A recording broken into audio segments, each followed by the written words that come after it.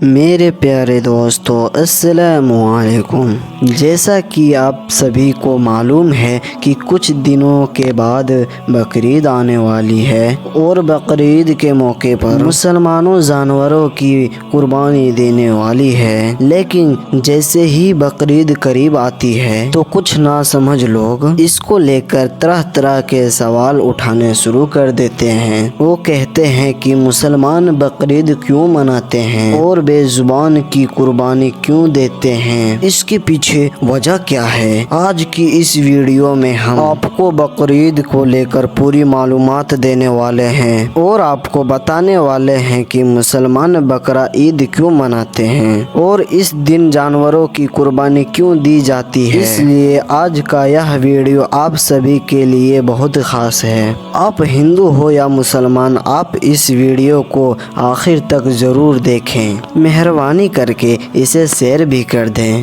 بقرعید آنے سے پہلے یہ ویڈیو اور بھی لوگوں کے پاس پہنچ جائے تو چلیے شروع کرتے ہیں۔ پہلے دوستو، جیسا کہ آپ سبھی کو معلوم ہے کہ ہر تہوار کے پیچھے کوئی نہ کوئی وجہ یا کہانی ضرور ہوتی ہے، اسی طرح سے بقرعید کو منانے اور قربانی دینے کے پیچھے بھی اسلام ایک واقعہ ہے۔ یاد رکھے، اللہ تعالیٰ اپنے محبوب بندوں سے یعنی کہ اپنے نبی اور پیغمبروں سے بہت محبت کیا کرتے ہیں اور وقت وقت پر ان کا امتحان لیا کرتے ہیں۔ اسی طرح سے ایک بار حضرت ابراہیم علیہ السلام کا بھی امتحان لیا گیا۔ ہزاروں سال پہلے کی بات ہے کہ ایک روز حضرت ابراہیم علیہ السلام اپنے گھر میں آرام فرما رہے تھے کہ ان کی آنکھ لگ گئی، یعنی کہ آپ پر نیند غالب ہو گئی۔ تبھی آپ علیہ السلام نے اپنے خواب میں دیکھا کہ اللہ تعالیٰ آپ سے فرما رہے ہیں، اے ابراہیم، آپ اپنے سب سے پیارے اور عزیز چیز کو میرے راہ میں قربان کرو۔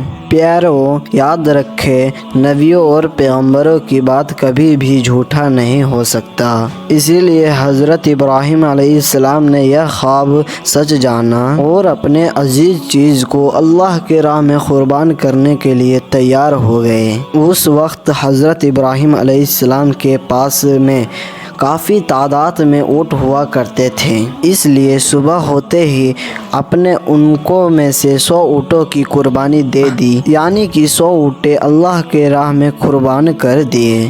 مگر پھر جیسے ہی دوسری بار آنکھ لگی تو پھر سے اللہ کی طرف سے آواز آئی کہ اے ابراہیم، آپ اپنی سب سے پیاری اور سب سے عزیز چیز کو میری راہ میں قربان کرو۔ تو اس لیے پھر دوسرے دن حضرت ابراہیم علیہ السلام نے 200 اونٹوں کی قربانی دے دی، یعنی 200 اونٹیں اللہ کے راہ میں قربان کر دیے۔ مگر پھر تیسرے رات جیسے ہی آپ کی آنکھ لگی تو اللہ تعالیٰ کی طرف سے پھر سے وہی آواز آئی کہ اے ابراہیم، آپ اپنے سب سے پیارے اور سب سے عزیز چیز کو میری راہ میں قربان کرو۔ یہ سن کر حضرت ابراہیم علیہ السلام سوچنے لگے کہ میرے لیے سب سے پیارے اور سب سے عزیز چیز تو میرا بیٹا اسماعیل ہے۔ آپ سوچنے لگے کہ اللہ تعالیٰ کہیں یہ تو نہیں دیکھنا چاہ رہا ہے کہ میں سب سے زیادہ پیار اپنے فرزند یعنی کہ اپنے بیٹے اسماعیل کو کرتا ہوں یا پھر اپنے خالق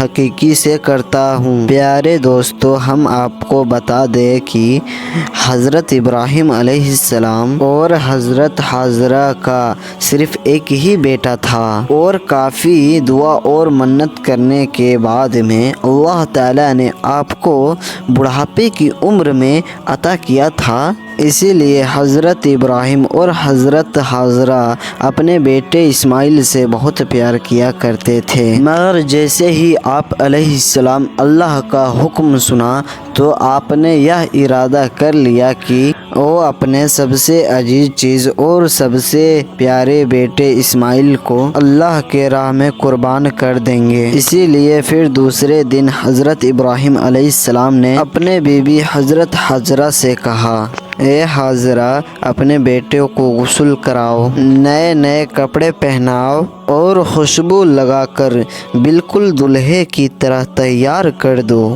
آج ہم اپنے ایک دوست کے گھر پر دعوت پر جا رہے ہیں۔ یہ سن کر آپ کی بیوی حضرت حاضرہ بہت ہی خوش ہوئی اور خوشی خوشی اپنے بیٹے حضرت ابراہیم کو تیار کر دیا۔ پھر جب حضرت ابراہیم علیہ السلام اپنے پیارے بیٹے اسماعیل کو لے کر فلسطین سے مکہ کی طرف روانہ ہونے لگے، تبھی آپ کے گھر میں ایک شیطان داخل ہوا اور آپ کی بیوی حضرت حاضرہ سے کہنے لگا، اے حاضرہ کیا تمہیں پتہ بھی ہے کہ تمہارے پیارے بیٹے کو کہاں پر لے جا رہا ہے؟ تمہارا شوہر کسی دوست کے گھر دعوت پر نہیں لے جا رہا ہے، بلکہ تمہارے بیٹے اسماعیل کو قربانی کرنے کے لیے لے جا رہا ہے، یعنی کہ مارنے کے لیے لے جا رہا ہے۔ یہ سن کر حضرت حاضرہ نے کہا، میں اپنے ابراہیم کو اچھی طرح سے جانتا ہوں، بھلا ایک باپ اپنے بیٹے کو کیوں مارے گا؟ تو یہ سن کر شیطان نے کہا کہ تمہارے شوہر ابراہیم نے ایک خواب دیکھا ہے، اس لیے ابراہیم اس کو قربانی کے لیے لے جا رہا ہے، جس میں اللہ نے تمہارے پیارے بیٹے اسماعیل کی قربانی مانگی ہے۔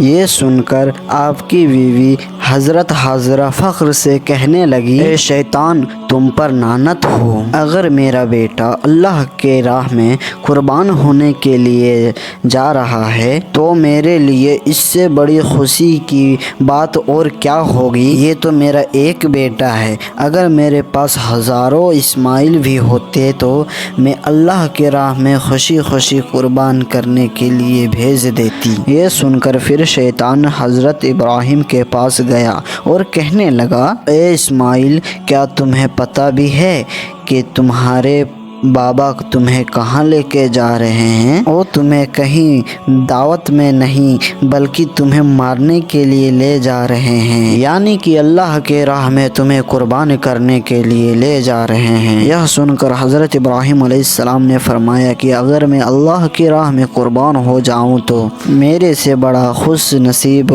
پھر کون ہوگا؟ یہ سن کر شیطان بہت مایوس ہوا، اس لیے پھر حضرت ابراہیم علیہ السلام کے پاس پہنچا اور کہنے لگا، اے ابراہیم اپنے پیارے بیٹے کو قربان کرنے کے لیے کیوں لے جا رہے ہو؟ کیا تمہیں پتہ بھی ہے کہ تمہاری قربانی اللہ کی بارگاہ میں قبول ہوگی بھی یا نہیں؟ اور دوسری بات، جب تم اپنے بیٹے کو قربان کر دو گے تو پھر بڑھاپے میں تمہاری خدمت کون کرے گا؟ بڑھاپے میں تمہاری دیکھ بھال کون کرے گا؟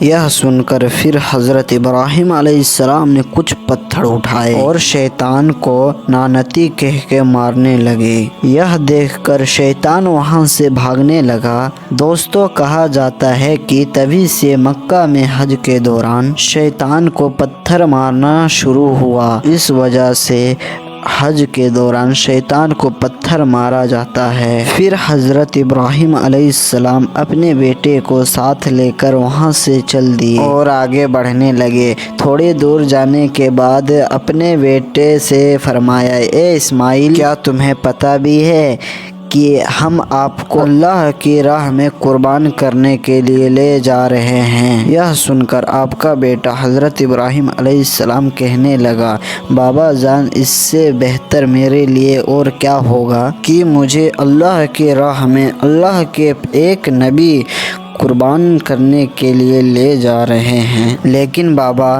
میرا ایک التجا ہے، جب آپ میرا گلا کاٹو گے تو آپ وہ نہیں دیکھ پاؤ گی، اسی لیے پہلے آپ رسی سے میرے ہاتھ اور پاؤں کو اچھی طرح سے باندھ لیجئے، اور میں چاہتا ہوں کہ آپ اپنی آنکھوں پر پٹی باندھ لیں تاکہ آپ کو میرے گلے پر چھری چلاتے وقت ترس نہ آ جائے۔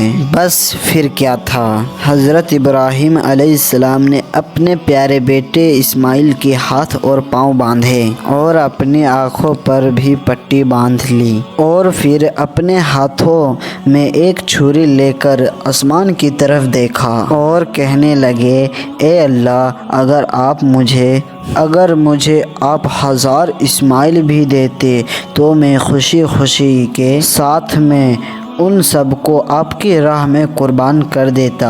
یہ کہہ کر آپ وہ چھری اپنے بیٹے اسماعیل کے گردن پر چلانے لگے تو اللہ تعالیٰ نے فرمایا، اے جبرائیل، جلدی سے جاؤ، جنت سے ایک جانور کو لے کر زمین پر جاؤ اور اسماعیل کو وہاں سے ہٹا کر اس کی جگہ وہ جانور کو رکھ دو۔ ابراہیم علیہ السلام امتحان میں کامیاب ہو گئے ہیں۔ جیسے ہی حضرت ابراہیم علیہ السلام نے گردن پر چھری کو پھیرا تو خون بہنے لگا، مگر اس کے بعد میں آپ نے جیسے ہی اپنی آنکھوں سے پٹی کو ہٹایا تو آپ نے دیکھا کہ آپ کے پاس میں ہی آپ کا بیٹا اسماعیل صحیح سلامت کھڑا ہوا ہے۔ پھر آپ نے جیسے ہی نیچے کی طرف دیکھا تو آپ نے دیکھا کہ اسی جگہ پر ایک دمبا، جس کو ہم بھیڑ کہتے ہیں، وہ قربان ہو چکا ہے۔ یہ دیکھ کر حضرت اسماعیل علیہ السلام نے اللہ کا شکر ادا کیا۔ اتنے میں غیب سے آواز آئی، اے ابراہیم، تمہارا یہ امتحان قیامت تک یاد رکھا جائے گا اور تمہاری یہ سنت کو ایمان والے لوگ ہر سال یاد رکھیں گے اور ہر سال اللہ کی راہ میں قربانی پیش کریں گے۔ پیارے دوستو، تبھی سے بقرعید کے موقع پر قربانی کا یہ سلسلہ شروع ہو گیا اور عید کے 2 مہینے 10 دن کے بعد میں بقرعید منانے جانے لگا، جو ہمارے دیش بھارت، پاکستان اور بنگلہ دیش جیسے دیش میں بھی 3 دن تک یہ تہوار منایا جانے لگا، جبکہ گلف دیشوں میں 7 دنوں تک یہ تہوار منایا جاتا ہے، جیسے میں دمبا، بکرا اور حلال جانوروں کی قربانی دی جاتی ہے۔ یاد رکھیں، قربانی کی گوشت کو 3 حصوں میں بانٹا جاتا ہے۔ پہلا حصہ غریبوں اور مسکینوں میں بانٹا جاتا ہے، دوسرا حصہ رشتہ داروں میں دیا جاتا ہے اور تیسرا حصہ خود گھر میں رکھا جاتا ہے۔ دوستو، یہ تھی آج کی ہماری یہ ویڈیو کہ مسلمان قربانی کیوں دیتے ہیں۔ آپ کو یہ ویڈیو کیسی لگی آپ کامنٹ میں ضرور بتائیں۔ ہمارے چینل کو لائک کریں، سبسکرائب کریں اور شیئر بھی کریں تاکہ ہر مسلمان کو یہ معلوم ہو جائے کہ بقرعید کیوں منایا جاتا ہے۔ تب تک کے لیے خدا حافظ۔